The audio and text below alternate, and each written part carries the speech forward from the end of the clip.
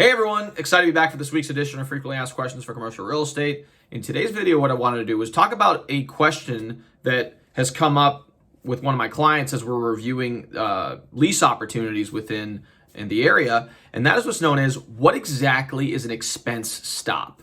Now, this is something that is very common in full service gross leases, and even in leases where there's CAM expenses, there could be an expense stop in place to limit the tenant's responsibility when it comes to the shared expenses of a particular center or whatever else. And so in today's video, we're going to explain what exactly an expense stop is and then how to address it when it comes to lease negotiations.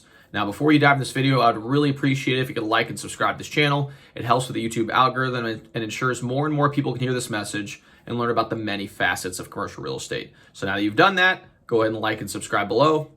Let's go ahead and dive right into this episode. All right, so you may be asking, what exactly is an expense stop?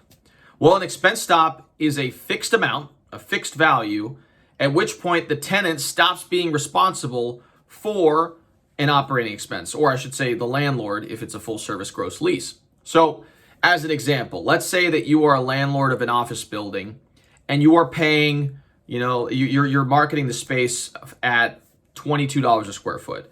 A tenant approaches you and says, hey, we're willing to pay $22 a square foot full service gross lease, which means that the landlord is going to be responsible for paying all the operating expenses of the building, which includes taxes, insurance, cleanup, really anything associated with operating that particular property. In order to do that, the landlord is going to pay $10 a square foot per year in order to maintain and upkeep the building. Well, enter the expense stop. So if as a landlord, I want to mitigate the risk of those operating expenses increasing over time. So what I'll do is I'll approach the tenant and say, look, I'm willing to pay all the operating expenses in the first year of you occupying that space. But going forward, we're going to have a cap on those operating expenses. So if for some reason the cost of operating that space in the future is more than that base year is what it's called, then you're responsible for the difference in operating expense. So in the previous example, if it costs $10 per square foot to operate the building, and then next year it costs $11 a square foot, the landlord would be responsible for the $10 a square foot, and then the tenant would be responsible for the additional dollar per square foot in operating expenses. Now, this is very typical in full service gross leases. It also can be found in triple net leases that incorporate some sort of common area maintenance. So as an example, let's say that you're a retail tenant, you're looking for a shopping center space to lease, and you found a space that's 3,000 square feet, you think it's a phenomenal location, and you decide to lease space within that property.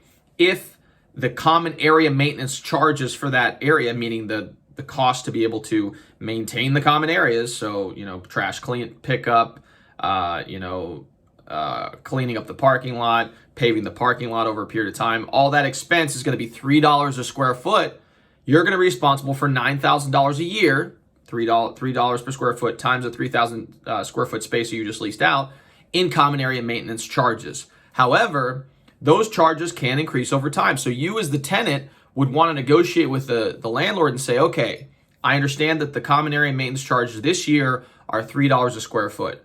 I want an expense stop saying that after this year, any amount above that is going to be the responsibility of the landlord. So if next year the cost to maintain the common areas are $3.50 a square foot, then the tenant would be responsible for $3 a square foot of common area maintenance. And then the 50-cent difference would be taken on by the landlord. And this is a negotiation factor within lease negotiations. And so hopefully you gained some value from this video now that you understand exactly what an expense stop is and how you can incorporate it within the negotiation process, whether you're a landlord or a lessee.